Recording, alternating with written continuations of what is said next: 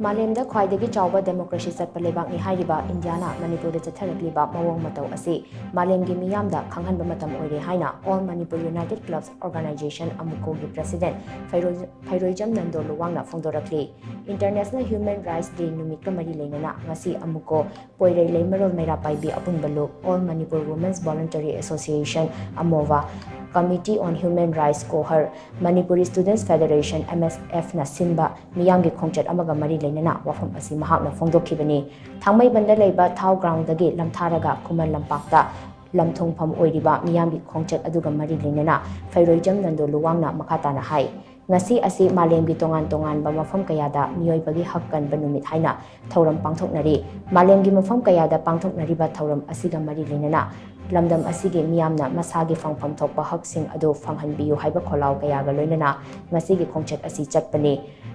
Draconian law na HAIRIBA Armed Forces Special Power Act lamdam asidagi kudakta lokthokadabani aronba lalong kaya na lamdam asigi saktam thugaina ba honariba sing asi kudakta lepkadabani amade Manipur da leiriba mibum khudingmak self determination ge hak pigadabani haiba yauna tongan ba demand kaya Meeyam gi khongchat asina tali tha tara mapan helaklaba irang asida mapan lamdagi changsilakpa terrorist singna nupi angang tamthina hatpa yauna yum kai mai tharaklaba fawba government of India na Manipur asi India gi state ama oina ubidabagi mawong ama tawribasi laibuk thibani hojik Manipur da thokliba irang asi India na loishinge hairabadi irai laina loishinba yai adubu irang asi loishinbagi mahut center na maidagi haibagum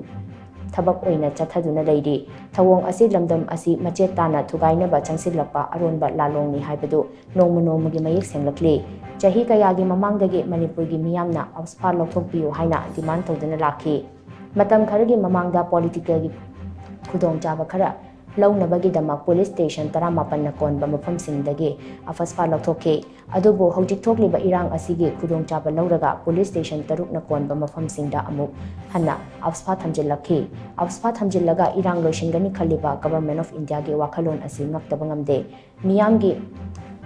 matpi khraba hak piyu haina talibu matam asida Meeyam gi hak khongaunariba aspa amuk thamjillakpa haibasi Indiana aikhoida karamba miing yingli haibidu mayek singna tai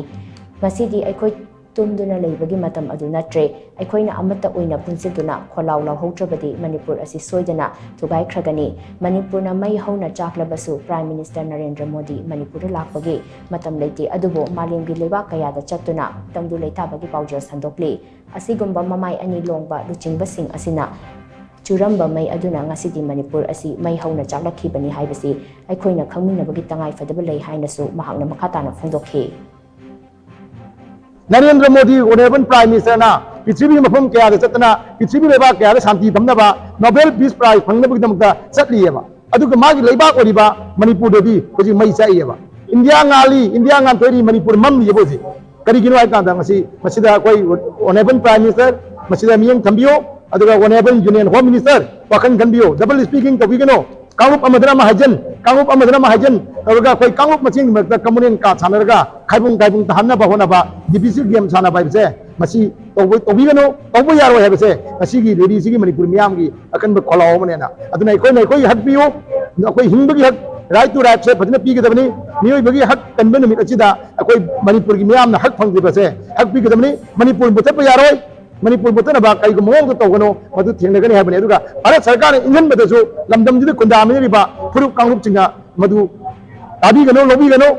kangup furup de yumpham moiba kulai paiba la lobu chingsina nga ki Bharat Sarkar motem thubadagi ngasi lamdam jida pamda thogdo kaya matwe adu Manipur mai chai Manipur gi sahot rang tindare Manipur gi Meeyam tang thule ta andre masi punamak se Bharat Sarkar tawbani haibja koi punna khangna si Manipur gi Meeyam ngasi wari se ekoi punamak gi yekna ba se Bharat Sarkar na ne haibja khangaba matamda ekoi lamdam jida santi anjilakani